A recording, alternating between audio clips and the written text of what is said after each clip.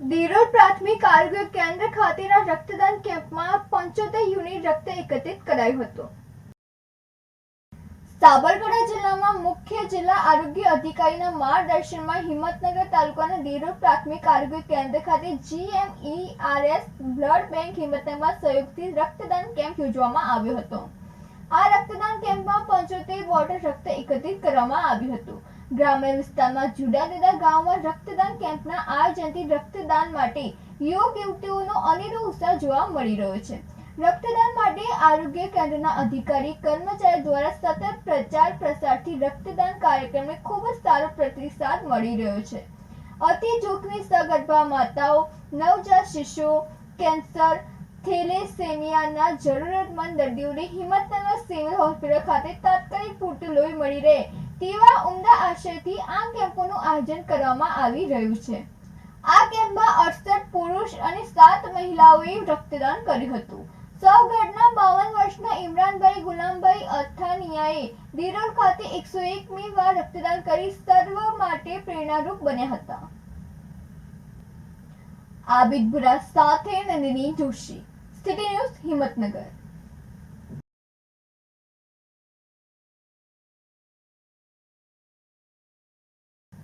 સાબરકાંઠા જિલ્લાના પ્રાંતિજના કાટવાડા ઓવરબ્રિજ પાસે Ahmedabad Udaipur national highway પર વહેલી સવારે ટ્રક અને ખાનગી બસ વચ્ચે અકસ્માત સર્જાયો હતો.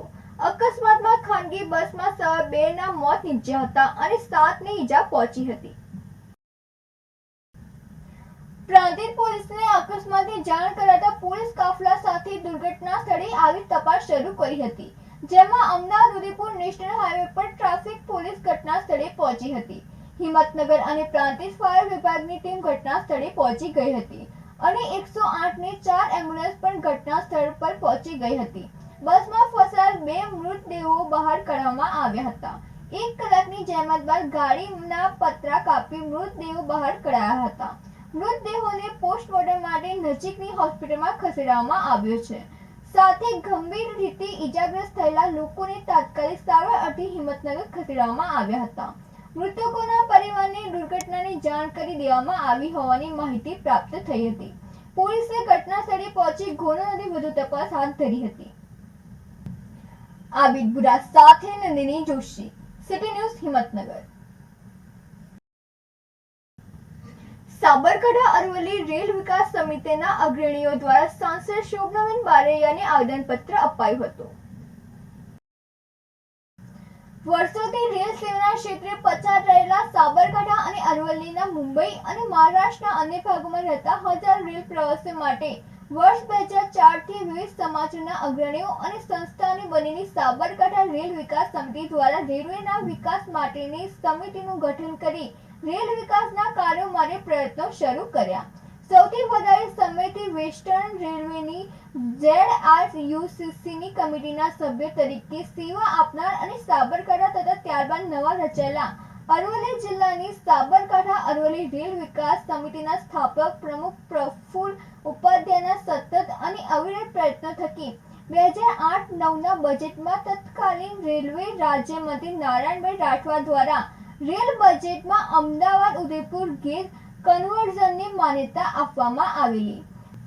ત્યારબાદ સતત પ્રયત્નો દ્વારા ગેજ કન્વર્ઝનનું કામ પૂરું કરવા માટે તે સમયના સાબરકાંઠાના સાંસદ ડોક્ટર મહેન્દ્ર ચૌહાણ તથા ત્યારબાદના સાંસદ દીપસિંહ રાઠોડ અને ઉત્તર મુંબઈના સાંસદ ગોપાલ શેટ્ટીજી તથા ઉદયપુરના સાંસદ મીણાજીનો સમન્વય સાધી તેઓના માધ્યમથી ગેજ કન્વર્ઝનનું કામ પૂર્ણ કરાવી સાથે ઇલેક્ટ્રિફિકેશનનું કામ પણ પૂર્ણ થઈ ગયેલ છે. તથા ગત વર્ષે રેલવે દ્વારા બાંદ્રાથી ઉદયપુરની હોલિડે સ્પેશિયલની એક ફેરી ચલાવવામાં આવેલી. ત્યારે સાબરકાંઠા અરવલ્લી તથા ડુંગરપુરથી લઈને ઉદયપુર સુધી મુંબઈમાં વસતા હજારો પ્રવાસીઓમાં સીધી સેવાની આશા જન્મી હતી. એ બાબતને પણ લગભગ 1.5 વર્ષ આવ્યા હોવા છતાં સીધી સેવા મળેલ નથી. આ બાબતે સાબરકાંઠા અરવલ્લી રેલ વિકાસ સમિતિના સ્થાનિકના સદસ્યો જીતેન્દ્રભાઈ ત્રિવેદી, બાબુભાઈ કુકડિયા, ગિરીશભાઈ ઉપાધ્યાય તથા વેસ્ટર્ન રેલવેના સૌથી વધારે વખત ZRUCCના મેમ્બર તરીકે સેવા આપનાર આ સંસ્થાના પ્રમુખ પ્રફુલ્લ ઉપાધ્યાય દ્વારા સંસ્થા તરફથી અને ત્રિવેદી મેવાડા બારીસી સમાજના લોકોની માંગણીના સંદર્ભે યુવક સંગઠનના પ્રમુખ ભરતભાઈ ઉપાધ્યાય દ્વારા સાબરકાંઠા અને અરવલ્લીના રેલવેની સમસ્યાઓ અને રેલ વિકાસ માટે સતત અને અવિરત કાર્યરત પ્રયત્નશીલ અને ચિંતિત સાંસદ શોભનાબેન બારિયા દ્વારા હિંમતનગર ખાતે વેસ્ટર્ન અને નોર્થ વેસ્ટર્ન રેલવેના પદાધિકારીઓ અને સાબરકાંઠા જિલ્લાના કલેક્ટર સાથેની રેલવેની સમસ્યા બાબતે બોલાવેલી મીટિંગમાં મુંબઈથી સીધી હિંમતનગર સુધી તથા ઉદયપુર સુધીની રેલ સેવાઓ શરૂ કરવા માટે પ્રફુલ્લ ઉપાધ્યાય દ્વારા રજૂઆત કરવામાં આવી હતી. સાથે સાબરકાંઠા અરવલ્લીના મુંબઈમાં રહેતા સમાજોના જનપ્રતિનિધિઓને રેલવેની વિવિધ સમિતિઓમાં સ્થાન આપવા બાબતની લેખિત રજૂઆત કરવામાં આવી હતી તથા સાબરકાંઠાના સાંસદ દ્વારા રેલવે માટે કરવામાં આવી રહેલા પ્રયત્નો અને કાર્યોની સમિતિ વતીથી બિરદાવી અભિનંદન પાઠવવામાં આવ્યા હતા. આ બાબતે જ્યારે જરૂર જણાય ત્યારે રેલવેની તમામ બાબતોમાં સાથ આપવા માટે સમિતિ વતીથી પ્રફુલ્લ ઉપાધ્યાય દ્વારા સાંસદને જણાવવામાં આવ્યું હતું. આબિદ ભુરા સાથે નંદિની જોશી, સિટી ન્યૂઝ હિંમતનગર. હિંમતનગર તાલુકાના સવગઢ, પાનપુર ગામ તથા બ્રહ્માણીનગર અને ધાણંદા વિસ્તારમાં વરસાદી માહોલ થતાની સાથે જ રસ્તે રખડતી ગાયોમાં લંપી વાયરસ નામની બીમારી જોવા મળી રહી છે.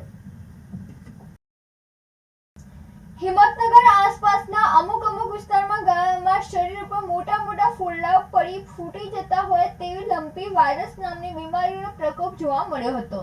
જેમાં સાબરકાંઠા જિલ્લાના હિંમતનગર સિટી ફરતા ગૌ માતામાં અસહ્ય પ્રમાણમાં લંપી સ્કિન ડિસીઝના કેસ જોવા મળી રહ્યા છે.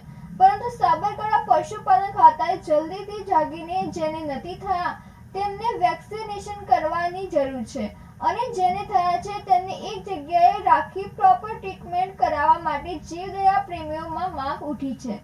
સાબરકાંઠા જિલ્લા પશુપાલન અધિકારીએ જાગીને જલ્દી આની ટ્રીટમેન્ટ કરાવવાના તેમજ વેક્સિનેશન થાય તેવી જીવદયા પ્રેમીઓની માંગ છે. આબિદ ભુરા સાથે નંદિની જોશી, સિટી ન્યૂઝ હિંમતનગર.